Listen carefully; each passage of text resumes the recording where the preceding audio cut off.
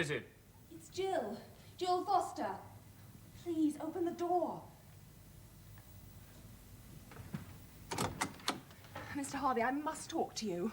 Yes, of course. Oh, Peter's here. That's why I came. He made me come. Peter Bradford? Yes, he's just downstairs locking the car. He told me to come up because he was afraid someone might see me. Sorry, Jill. We must talk to you. Both of us. It's very important. Come in.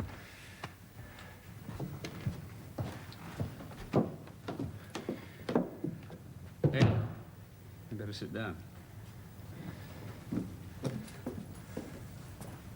You look as though you could use a drink.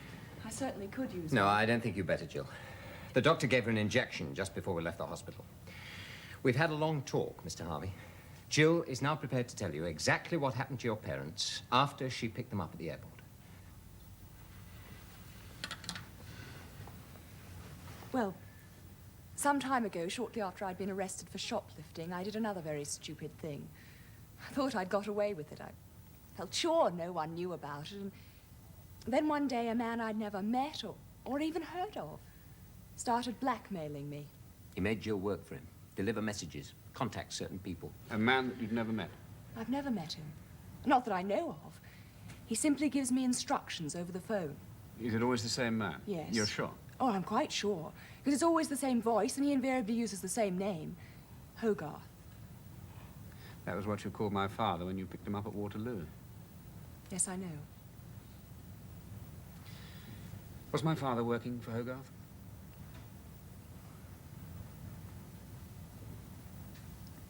Yes, he was. When I called your father Hogarth, he knew immediately that I had a message for him, and then passed it to him on the way to the airport. What was the message? That Hogarth would be waiting for him at Heathrow, and something very important had arisen, and your father's trip to Australia had to be postponed. What was my father mixed up in? Drugs.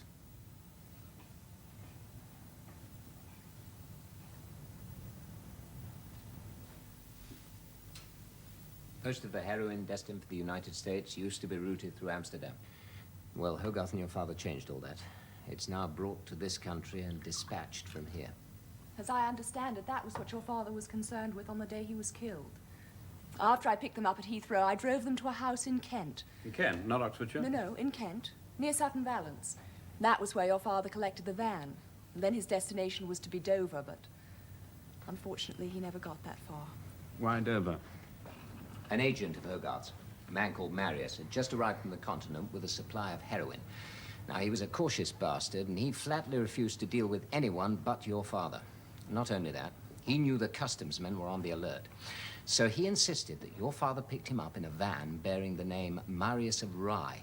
He even sent Hogarth a photograph of the van. It was a name he'd invented for the occasion, a name nobody else knew about. Had your father arrived in any other vehicle, Marius simply wouldn't have contacted him. Is this true? I'm afraid it is. You're very well informed, Mr. Bradford. I'm merely repeating what Jill's already told me. And what else has she told you? Larry Voss and Phil Morgan also worked for Hogarth, but there was a quarrel. They tried to take over from him. So Hogarth killed Voss. You were a friend of Phil Morgan's. I helped him on one or two occasions, but for one reason and one reason only. I was determined to find out who Hogarth was. I thought once I knew who was blackmailing me, I'd be in a much stronger position. To do what? To break away from him. And did you find out who he was? No, I didn't. But about a month ago, I met a friend of mine, Chris Daly, in a pub, the Prince Hal. While we were there, Larry Voss came in, and he was then joined by a man called Walter Randall. After they left, a colleague of yours, Superintendent Harris, arrived. I don't know why, but I had the impression that one of them was Hogarth. That was why I took down their phone numbers in that book of matches. Mr. Harvey, whichever way you look at it, Jill is in a very difficult position. Right from the start, Hogarth has thrown suspicion onto her. You remember the film Corby showed you? Now, supposing something happens to her. Supposing her death is made to look like suicide. What will your friends at the Yard think? I don't know. What will they think? They'll think that Hogarth doesn't exist, that Jill invented him, that she and she alone is behind this affair.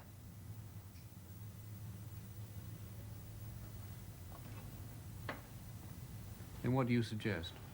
I suggest she goes into hiding. Now, before it's too late. I think you told me you have a cottage in the country. In Essex. Many people know about it. Very few. Then take Jill there now, straight away. I think that makes sense, Jill. I really do. How long should I have to stay? Until Mr. Bradford hears from me. Very well. I'll fetch the car.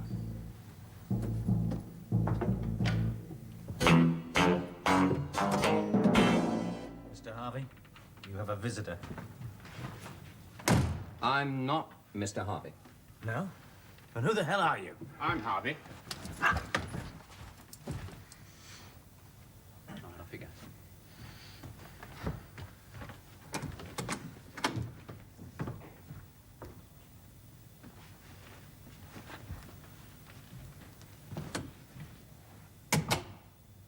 Be my guest.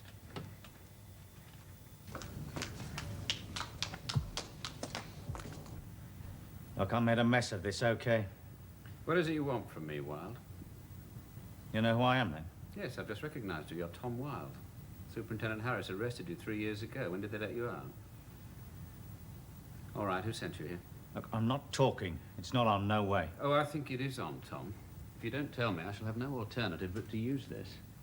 In self-defense, of course. What do you mean, self-defense? Well, by the time my colleagues arrive here, this room will be a shambles. I'm sure your old friend Harris, who incidentally warned me of your visit, will very quickly weigh up the situation. He can be very perceptive. What is it you want to know? Who sent you? A man called Corby. He gave me £500 to get certain information out of you. About what? A notebook belonging to your father. Go on. Well, Corby and his friends want that notebook. They think you've got it. Or if you haven't got it, they're pretty sure you know where it is. Where did you meet Colby? In a wine bar. Was he alone? Look, if we're going on with this, do you think I can have a drink? Was he alone when you met him? Yes. Yes, he was alone. We talked for about 10, 15 minutes, and then he was called to the phone. Who was the call from? He was in a booth. I didn't hear what he said. I didn't ask you that. A man called, Hobart. Hogarth? Yeah, that's right, Hogarth. Yes, it was after he spoke to Hogarth that he offered me the 500. Do you think I could have a drink now? I think I've earned it. That was so.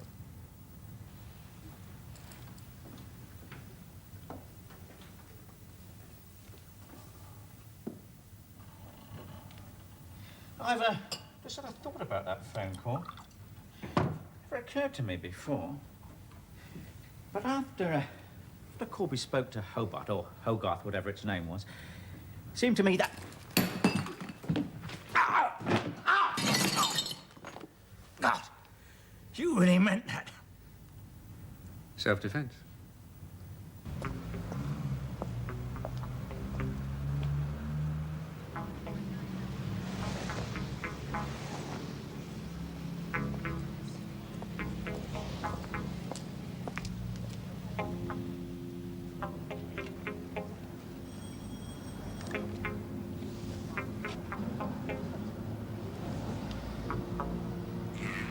Is that you, Corby? This is Tom Wilde. Count yourself lucky. I've got what you wanted.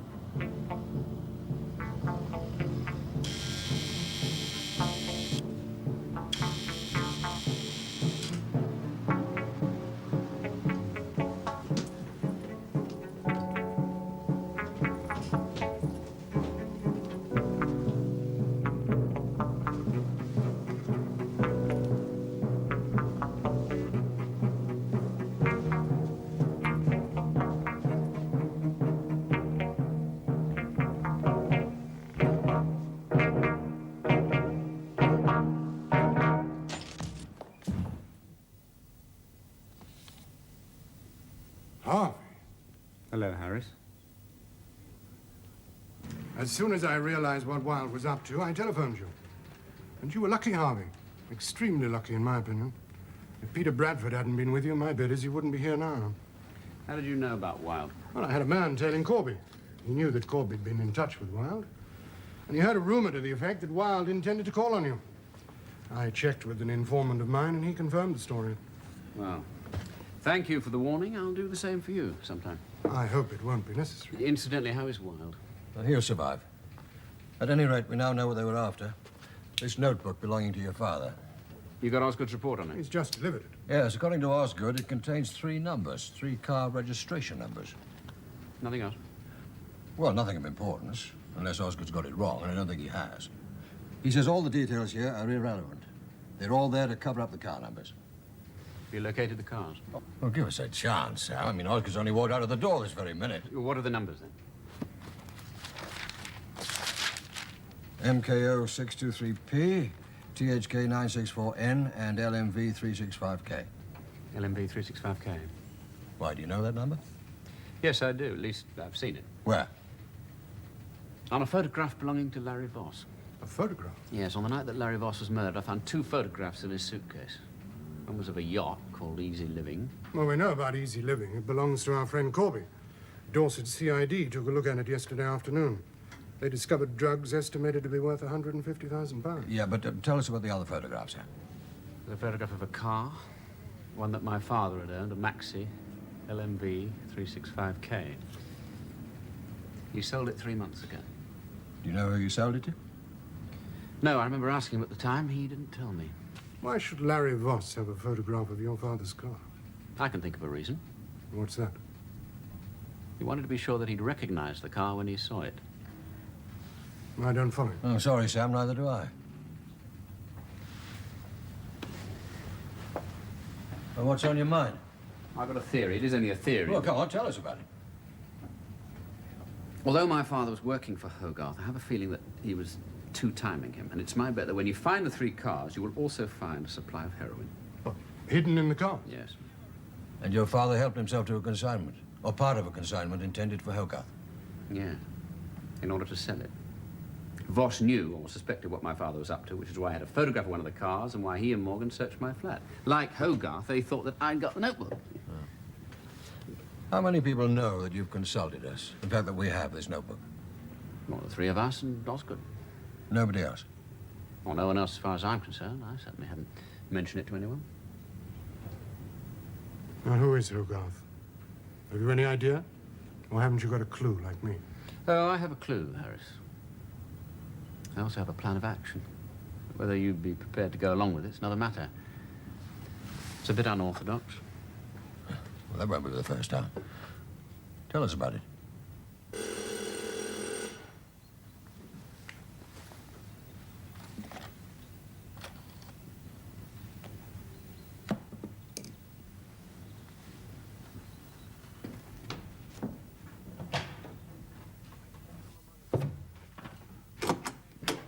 Ah, hello, Margaret. Do come in. Am I too early for you? No, no, of course not. But I'm on the phone at the moment. Will you excuse me a sec? Oh, yes, of course. Sorry about that, George. Yeah. Well, if you think it's important, why don't you send it to me? When? Tonight? Yes, 8 o'clock. That'll be fine. I'll be here all the evening. What do you think is in the envelope? Oh, what? Well, I can't remember my father saying anything about a notebook. Can't be very important. Anyway, bring it along. We'll have a look at it. Yeah, I'll see you tonight, 8 o'clock. Okay, bye. Sorry, it was George Adams, my father's solicitor. I believe you met him. Nice chap, but he does get very bogged down. Now, can I get you a drink? Well, I'm going to have a very large sherry. What would you like? could I have a very small sherry? Yes, of course. I expect you read about what happened the night before last. The night you came here and couldn't get any reply. Yes, I read about it, but I must admit I was very confused. What did happen? A stranger, somebody called Morgan, broke into the flat and was murdered. What he was doing here, who killed him or why, we just don't know. You said on the phone that the door was open when you arrived here. It was slightly ajar. I rang the bell. I rang it several times, but nothing happened. In the end, I came to the conclusion you must have slipped out for a few minutes into one of the other flats. What time would that be? Oh, about 9 o'clock. And that was when you saw the young man that you mentioned? No, not when I was leaving. I saw him when I arrived, just as I got to the top of the stairs. The curious thing is that the reason I came here, the reason I wanted to see you was because, well, it may just be my imagination, but I have the feeling What is it, Margaret? I think your father's house has been searched. Search? Yes. The last time I was in Pennymore, the day before yesterday, I had the impression that someone else had been there ahead of me. Really? Everything looked perfectly normal. It may just be my imagination, but I don't think it was. I really don't. Well... Oh, cheers. Is this what you call a very small sherry?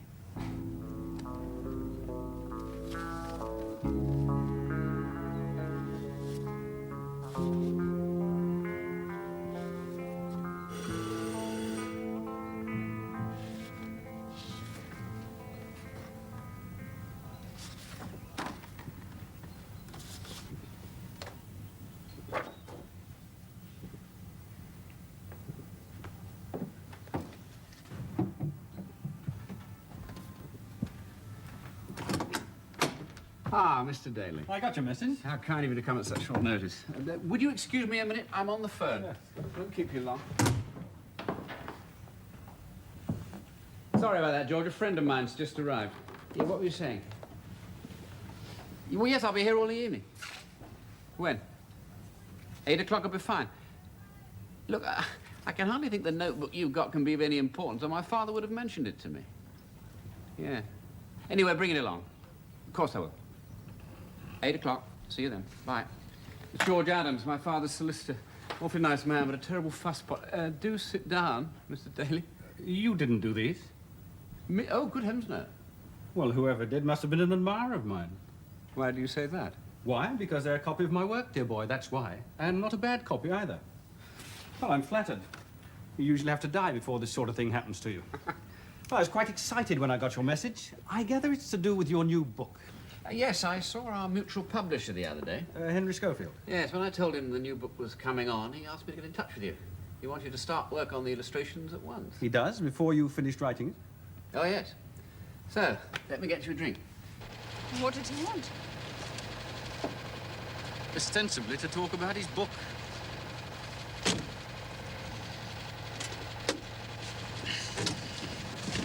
What do you mean?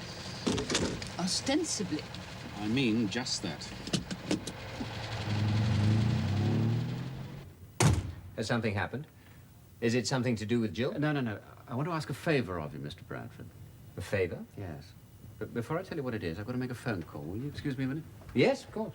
I won't keep you more than a second. Well, I'm in no hurry. I'm trying to get hold of my father's solicitor, George Adams. He's a rather elusive character. I must have dialed this number half a dozen times in the past hour. Oh, help yourself to a drink. May I have a scotch? Yes, of course. Hello, this is Sam Harvey here again. Is George Adams available? You said that last time and the time before. Yeah, well, will you convey my apologies to Mr. Adams and tell him I'm sorry to interrupt his meeting, but I've got to speak to him. Yeah, now, the matter is urgent. Yes, very. All right, I'll hold on. All day if necessary.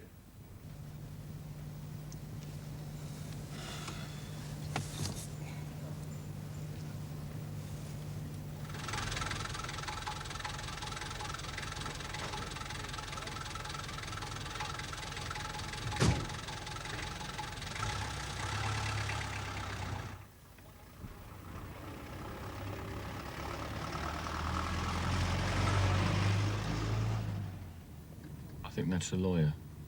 George Adams, yeah? Yeah.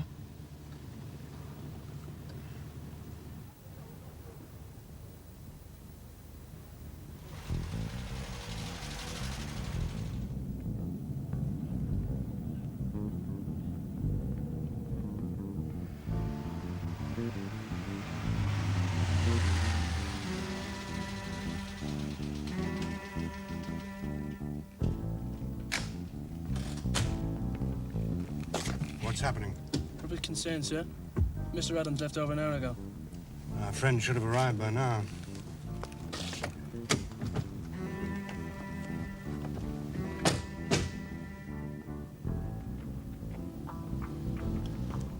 He's arrived. He's in the building.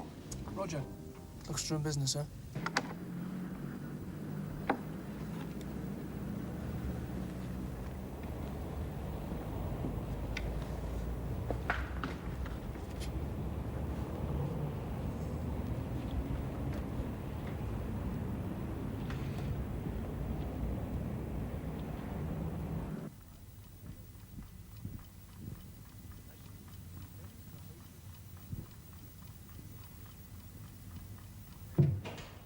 You're late, Mr. Hogarth. I was expecting you an hour ago. Give me that notebook, Harvey. Give you the notebook? I thought you were a businessman. This notebook contains information that's worth a great deal of money. So why on earth should I give it to you? I suggest you bid for it. Where should we start? 5,000? 10,000? 15? Don't try to be clever. Just give me the notebook. Listen, Randall, or Hogarth, or whatever you choose to call yourself, I don't think you quite understand the situation. I have this notebook. I have every intention of holding on to it. Unless you're prepared to pay a reasonable price for it. What do you call a reasonable price? Make me an offer. What makes you think it's worth anything? The fact that you're here. Your father double-crossed me, Harvey. Yes, I know. He was rather good at it. My advice to you is don't try to emulate him. That's the very last thing I wish to do, I can assure you. You saw Morgan, hmm? You saw what happened to him. I did indeed. Then don't be a bloody fool. Give me that notebook. I'll give you some advice. If you do decide to do something silly, try not to lose one of your cufflinks. You saw the cufflink? Yes, I saw it as soon as I entered the flat. Why didn't you pick it up? I was just about to when I heard Morgan cry out. Morgan was dead. He was dead when I left him. No, he died in the ambulance on the way to the hospital. Listen, Randall, I'll tell you what I'll do. I'll make you a proposition. You want this notebook. I need £5,000. Pay me the 5,000 now, tonight, in cash. No! It's all right, Walter. Thank you, my dear. Thank you.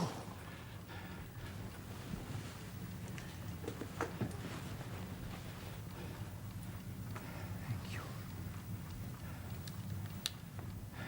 Goodbye, Mr. Harvey. Move! Stay here. They're on their way. Right move.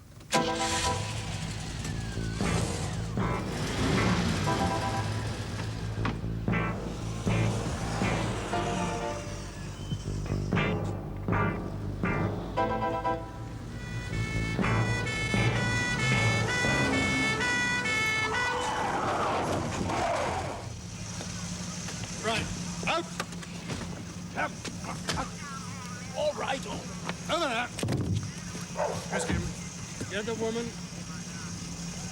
All right, let's go. Let's...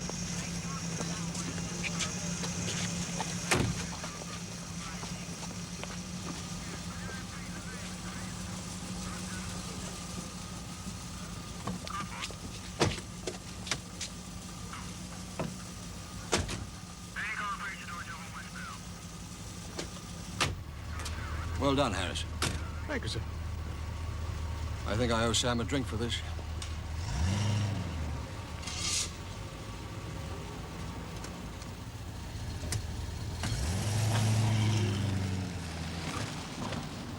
No, I'm convinced my mother knew absolutely nothing about my father's activities.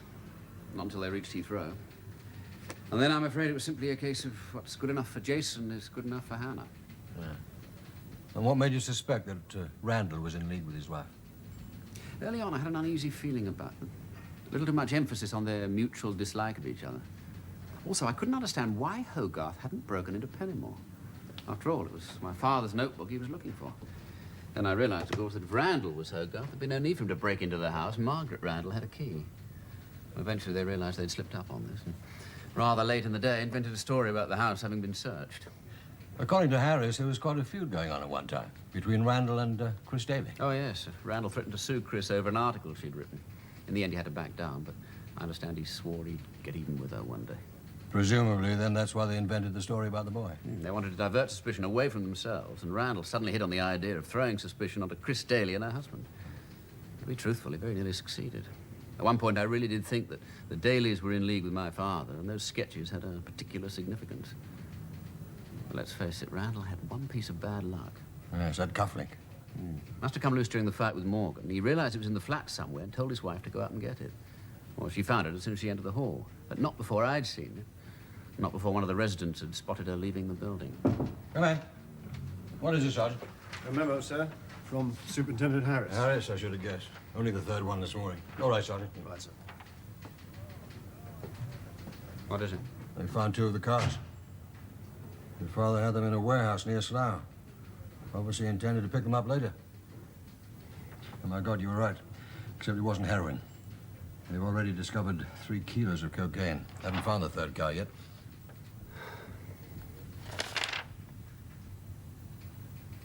Well, that's that. Sorry, sir. About your father, I mean. We all are, truly sorry. The media are bound to make a meal of it, I'm afraid. Especially as you made it clear that your sister and yourself were handing your father's estate over to charity. Well, what else could we do? Still, not for you to worry. I've resigned anyway. Oh, I had another message from the powers that be this morning. They're still hoping you'll change your mind. No, I'm sorry, but... Oh, well, if you won't change your mind, will you do me a favor? What is it? Although you're on leave, you're still with us, officially, until the end of the month, right? Yes, I know. Well, I've had what amounts to an SOS from Market Cross. One of their best men, Ted Cooper, has been rushed into hospital with a slip disc. Oh, I'm sorry to hear that. I know Cooper. Yes, well, unfortunately, he's right in the middle of a first-class murder case. Badly needs some help. Send Harris. At least he'll keep you posted. Oh, Sam, this case is right up your street. It really is. You cooked this up. You're just trying to hook me. Certainly not. Wouldn't do a thing like that, would I? Yes. You know what Cooper's like. He's obstinate. I mean, he must be in trouble, or he wouldn't have contacted us. I'll give you a chance to try out that new car of yours. What do you say? You pay for the petrol? Cheers.